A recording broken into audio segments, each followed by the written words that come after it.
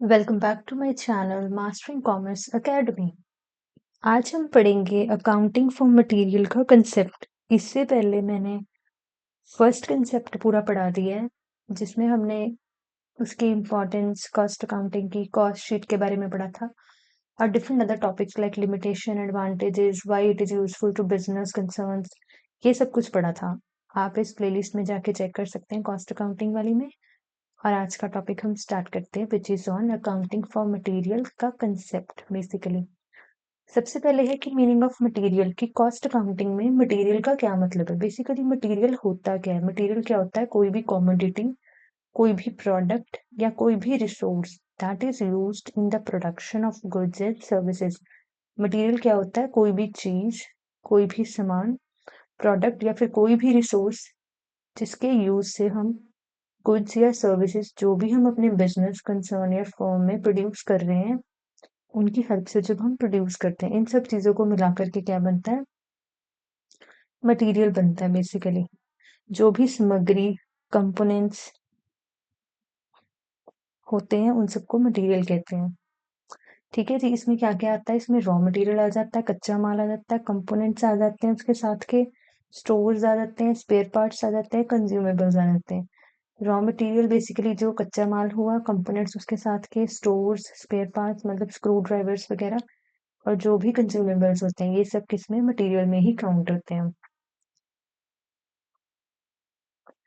Mostly जो manufacturing industries होती हैं लाइक स्टील, आयरन और कोल, लाइमस्टोन, इन सब में क्या होता है? 50 से 70% जो पार्ट होता है, वो उसका लार्जेस्ट जो पोर्शन होता है कॉस्ट का, वो मटेरियल में ही लगता है। क्योंकि जो मेन चीज चाहिए हमें इन सबको बनाने के लिए, दैट इज मटेरियल। सो इसके एग्जांपल्स देख लेते हैं। लाइक एक स्टील प्लांट में आयरन ओर हो गया, कोल हो गया, लाइमस्टोन हो गया, ये सब क्या होंगे? मटेरियल होंगे। एक टेक्सटाइल इंडस्ट्री में जहाँ कपड़ा बन रहा है, वहां पर कॉटन की यार्न होगी, डाइज होगी, लाइक कलर्स हो गए, ये सब उसका मटेरियल हो गए। अगर एक कंस्ट्रक्शन कंपनी की बात करें तो उसमें सीमेंट हो गया, रेता हो गया, सैंड होगी, ईंटें होगी, ब्रिक्स, ये सब उसका मटेरियल हो गया। ठीक है जी। सो हम इससे ये हमें ये समझ में आ रहा है कि अगर काइंड ऑफ इंडस्ट्री या काइंड ऑफ प्रोडक्शन चेंज होता है तो उसके साथ के साथ मटेरियल भी चेंज होते हैं। लाइक स्टील में आयरन और कोल, लाइमस्टोन, ये सब हमारे मटेरियल्स हैं। टेक्सटाइल में कॉटन यार्न और डाइज हमारे मटेरियल्स हैं। कंस्ट्रक्शन कंपनी में सीमेंट, सैंड और ब्रिक्स हमारे मटेरियल हैं। ठीक है जी। So the next topic is concept of accounting for material. की मटेरियल की हम अकाउंटिंग कैसे करते हैं? बेसिकली होती क्या है, हम कैसे करते हैं? Accounting for material is system of recording, controlling and reporting the flow of material in an organization. So basically क्या हो गया इसका मतलब? इसका मतलब हुआ कि जितनी भी तरह की सामग्री को रिकॉर्ड करना है, बेसिकली कंट्रोल करना है। इट इज लाइक अगर खरीदना है, अगर उसे हमने स्टोर करना है, खरीदना है, निकालना है या फिर नियंत्रित करके रखना है, उस सारी प्रोसेस को हम क्या कहते हैं? मटेरियल की अकाउंटिंग करना कहते हैं। बेसिकली कितना मटेरियल आ गया उसे रिकॉर्ड करना, उसे कंट्रोल करना ताकि ओवर यूज ना हो, और ये भी ना हो कि अंडर हो जाए, अंडर यूसेज हो जाए, लाइक स्टॉक आउट ही हो जाए, मेरे पास है ही नहीं स्टॉक। मैक्सिमम स्टॉक भी नहीं भरना और मिनिमम भी नहीं होने देना, उसे एक प्री ऑर्डरिंग क्वांटिटी तक, मतलब डेंजर लेवल तक ना आए हमारा स्टॉक बेसिकली। ठीक है जी। सो इसमें क्या क्या आता है? It involves procurement of material like purchasing at a right price, quality and quantity. सबसे पहले ये देखना कि जो भी मटेरियल हमने परचेज किया वो राइट प्राइस पे हो, उसकी क्वालिटी भी राइट हो, और जितनी क्वांटिटी हमें चाहिए थी फॉर्म को उतनी हो। बेसिकली मैक्स मतलब ज्यादा भी ना हो हमारी रिक्वायरमेंट से और कम भी ना हो, सो दैट स्टॉक आउट भी ना हो और आइडल भी ना बैठे रहे। ठीक है जी। नेक्स्ट वन है स्टोरेज ऑफ मटेरियल। उसके बाद हमने मान लीजिए हमने मटेरियल को परचेज कर लिया पहले राइट प्राइस पे, राइट क्वालिटी और राइट क्वांटिटी पे, देन हम उसे स्टोर भी करेंगे कहीं ना कहीं। सो मेक श्योर कि हमने उसे सेफली स्टोर किया हो। Third one is issuing material to production. फिर हमने उसे इशू करना है against proper authorisation, material requisition. मतलब मान लीजिए कि अगर जो भी डिपार्टमेंट या कंसर्न उस रॉ मटेरियल से गुड्स या सर्विसेज को प्रोड्यूस कर रहा है, उनकी तरफ से हमें उनकी हायर अथॉरिटी की तरफ से एक रिक्विजिशन होता है, एक पेपर पे लिखा होता है कि हमें इतना मटेरियल चाहिए, नीचे उनकी हायर अथॉरिटी के सिग्नेचर होते हैं बेसिकली। मतलब प्रॉपर अथॉरिटी के साथ हमसे वो मटेरियल किसी ने मांगा हो और हमने भी अपना पूरा प्रॉपर अथॉरिटी के साथ उसे रिकॉर्ड करके कि कितना मटेरियल था, कितना रह गया इशू करने के बाद, ये पूरा रिकॉर्ड रखना है। ऐसे हमने फर्स्ट इशू करना है पहले। वैल्यूएशन ऑफ मटेरियल, फिर हमने वैल्यू कैसे करना है मटेरियल को, like assigning cost using methods like FIFO, LIFO and weighted average. FIFO का फुल फॉर्म होता है first in first out, then LIFO is last in first out and then weighted average. LIFO में क्या होता है, sorry FIFO में पहले क्या होता है, फीफो में क्या होता है, जो सामान पहले खरीदा गया है कंपनी में वो पहले इशू किया जाएगा, ठीक है जी, यूज के लिए लाया जाएगा। देन लीफो में क्या होता है, जो लास्ट में खरीदा गया है वो फर्स्ट आउट किया जाएगा, वो हम पहले इशू करेंगे। देन वेटेड एवरेज में क्या होता है, सबको कुछ कुछ वेट्स दे दिए जाते हैं, देन उनकी एवरेज निकाली जाती है, फिर यानी एक एवरेज प्राइस आ जाता है, उसके ऊपर इशू किया जाता है, ठीक है जी।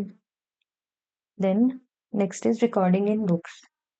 अब हमारे पास अथॉरिटी लेटर आ गया है कि हमें ये मटेरियल चाहिए, हमने मेथड भी कर लिया कि हम लीफो से देंगे, फीफो से मटेरियल इशू करेंगे या वेटेड एवरेज से करेंगे। अब क्या होगा, हम अपने बिन कार्ड्स में एंट्री करेंगे, स्टोर लेजर्स में एंट्री करेंगे, कॉस्ट शीट में एंट्री करेंगे एंड अकाउंट्स में एंट्री करेंगे, रिकॉर्ड करेंगे बेसिकली।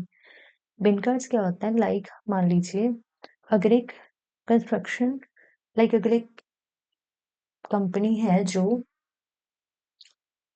स्क्रू ड्राइवर्स का काम करते हैं, उन्होंने क्या होता है अलग अलग अपने रैक्स के अंदर नंबरिंग वाइज स्क्रूज की एंट्री की होती है। लाइक हम कह सकते हैं कि इसमें इतने हमारे पास आए थे डिपार्टमेंट के पास, देन इसमें से इतने इशू कर दिए, देन रिमेनिंग इतने बचेगी, पूरी डिटेल रखनी होती है बिन कार्ड के ऊपर, so that as such same store ledgers में होती है। फिर कॉस्ट शीट्स एंड अकाउंट्स, ठीक है, इन सब में रिकॉर्डिंग कर लेंगे कि हमने कितना इशू कर दिया, कितना हमारे पास मटेरियल आया था, कितना हमने इशू कर दिया और कितना अभी रिमेनिंग है स्टोर में, ठीक है जी।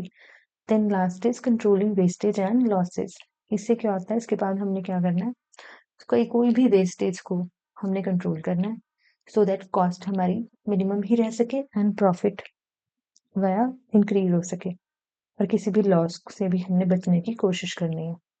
नेक्स्ट वन है scope of material accounting. Material accounting का स्कोप क्या है, कि एक बेसिकली मटेरियल का साइकिल है एंटायर, जो मैंने अभी आपको पहले बताया। लाइक सबसे पहले परचेज किया किसी मटेरियल को, फिर उसने हमने ऑर्डर प्लेस कर दिया था परचेज के लिए, फिर हमें वो मटेरियल रिसीव हो गया, हमने उस मटेरियल को स्टोर कर दिया स्टोरेज हाउस में, ठीक है जी। अब हमारे पास कोई आया कि हमें मटेरियल चाहिए, मटेरियल लेने के लिए हमने क्या किया, उस मटेरियल को इशू कर दिया, ठीक है। वो इशू वाला मटेरियल अब यूज में आ गया एंड अब हमने उसे रिकॉर्ड कर लिया अकाउंटिंग में, और वाइवा साथ के साथ हम उसे कंट्रोल करते रहे कि हमने जितना भी मटेरियल इशू किया उसकी कोई वेस्टेज ना हो एज सच। इससे क्या होता है, it helps in fixing cost of production. इससे हमें क्या होता है, कॉस्ट ऑफ प्रोडक्शन पता लग जाती है कि कितनी हमारी कॉस्ट ऑफ प्रोडक्शन है जो लग रही है। Then is in valuing closing stock of material, और एंड में जो मटेरियल बच जाएगा हम उसकी क्लोजिंग स्टॉक भी निकाल सकते हैं, उसकी वैल्यू निकाल सकते हैं कि क्लोजिंग स्टॉक जो हमारा बचा है मटेरियल का उसकी वैल्यू क्या है बेसिकली। और ये जो है डिसीजन मेकिंग में भी हेल्पफुल है, क्योंकि हमें पता लगता रहता है कि हमने कब ऑर्डर करना है, हमारा कितना स्टॉक ऑलरेडी लग चुका है, कितना रह गया है। सो इससे हमारा हम टच में रहते हैं, डिसीजंस को लेने में फ्रीक्वेंटली इजी होता है। अब हम इसे एग्जाम्पल से समझेंगे पूरा, इस पूरी प्रोसेस को। लाइक अगर एक मटेरियल का फ्लो गारमेंट की फैक्ट्री में कैसे होता है, ठीक है जी। लाइक एग्जाम्पल, परचेज किया गया है 10,000 मीटर्स का कपड़ा, कॉटन के फैब्रिक 100 रुपीज पर मीटर पे जो हमें मिला, तो टोटल परचेज कितने की होगी, 10,000 metre into 100 rupees, that is 10 lakh rupees, ठीक है जी। Goods receive and store, first हमने परचेज कर लिया, अब हम उसे स्टोर भी करेंगे कहीं पर। जब हमें फैब्रिक रिसीव हुआ तो हमारे पास आया गुड्स रिसीव नोट, हमने प्रिपेयर किया कि हाँ जी हमें ये वाले गुड्स रिसीव हुए हैं, और हमने उस फैब्रिक को स्टोर कर दिया अपने स्टोर हाउस में, लाइक वेयर हाउस में। हमने बिन कार्ड्स को मेंटेन कर लिया, बिन कार्ड्स को मेंटेन कर लिया टू रिकॉर्ड द स्टॉक। हमने पूरे बिन कार्ड्स मेंटेन करके रख दिए स्टॉक के अकॉर्डिंग। ठीक है जी। देन अब हम बारी आई इशू करने की। प्रोडक्शन डिपार्टमेंट को चाहिए 2000 मीटर का कपड़ा शर्ट्स को स्टिच करने के लिए। वो अपना मटेरियल रिक्विजिशन नोट लेके आ गए। अब हमने उस मटेरियल रिक्विजिशन नोट को देख चेक करते हुए उन्हें स्टोर कीपर ने उन्हें 2000 मीटर का कपड़ा दे दिया। ठीक है जी। अब उसने इशू किस पे किया? फीफो पे किया। जो हमने पहले कपड़ा दिया था वो पहले इशू कर दिया फर्स्ट लॉट। अगर वेटेड एवरेज पे किया होगा तो एवरेज रेट निकाल के फिर उस पे इशू कर देंगे। ठीक है जी। Then is recording. हम इसे रिकॉर्ड कैसे करेंगे? बिन कार्ड्स जो थे हमारे उसमें अपडेट कर देंगे बैलेंस को इन क्वांटिटी कि 2000 मीटर कपड़ा निकल गया है। देन जो लेजर्स हैं उन्हें भी हम क्वांटिटी और वैल्यू से अपडेट कर देंगे कि 2000 मीटर का कपड़ा इंटू वैल्यू कितने थे? 100 रुपीज। सो 2 लाख रुपीज का कपड़ा हमारे जो स्टोर हाउस से निकल गया। अकाउंट्स डिपार्टमेंट क्या करेगा? वर्क इन प्रोग्रेस में उसे डेबिट कर देगा और स्टोर्स को क्रेडिट कर देगा क्योंकि वो कपड़ा अब वर्क इन प्रोग्रेस में चला गया है। ठीक है जी। Then is control. अब कंट्रोल किस चीज पे करना है? अब हम क्लोजिंग स्टॉक को चेक करते रहेंगे फिजिकली भी और बुक के रिकॉर्ड वाइज भी। मतलब हम बुक्स में से एक प्रिंट आउट लेके अपने क्लोजिंग स्टॉक जहाँ हमारा फिजिकल स्टॉक पड़ा है हम उसे 1 बाय 1 चेक करते रहेंगे। हाँ जी इतना कपड़ा बचा हुआ है। ठीक है जी। सो दैट जो हमारी फैब्रिक की वेस्टेज है वो भी मेंटेन हो सके, मॉनिटर हो सके, सो दैट जो वेस्टेज है वो कम से कम हो। अब इसे हम एक और एग्जांपल से समझेंगे विच इज मारुति सुजुकी। ठीक है जी। अब मान लीजिए मारुति सुजुकी अपना ट्रैक रखती है स्टील्स की शीट पर जो मेजर उनका मटेरियल है। लाइक उन्होंने परचेज किया है स्टील 70 kg का जो कि उन्होंने अपने वेयर हाउस में स्टोर कर दिया। अब इशू किया है production based on material requisition notes पे के हिसाब से इशू कर देगी। Then is costing department record कर लेगा कि कितने कंजम्पशन हुई है स्टील की कार प्रोडक्शन में और रिमेनिंग अगर कुछ बच गया तो वो क्लोजिंग स्टॉक में फिजिकली चेक कर लिया जाएगा सो दैट उसकी वेस्टेज कम हो। This is second example. Third one is Amul dairy. Amul के बारे में तो आप सबने सुना ही होगा। मटेरियल। अमूल डेयरी का मटेरियल क्या होता है? रॉ मिल्क जो वो दूध फार्मर से इकट्ठा करके लाते हैं। उसे क्या करते हैं? वो रिसीव करते हैं डेली और स्टोर करते हैं चिलिंग प्लांट्स में लाइक कोल्ड जगह पर सो दैट जो मिल्क एक पेरिशेबल सब्सटेंस है लाइक खराब ना हो जाए। ठीक है जी। फिर उसे इशू करते हैं प्रोडक्शन यूनिट्स को लाइक बटर बनाने के लिए, चीज बनाने के लिए, घी बनाने के लिए और फिर उनकी अकाउंटिंग करते हैं सो दैट चेक कर सके कि जितना दूध एलोकेट किया गया है सब उससे डिफरेंट प्रोडक्ट्स जो बने हैं वो वाया बनाए भी गए हैं नहीं बनाए गए और उनकी अमाउंट वो सब रिकॉर्ड किया जाता है।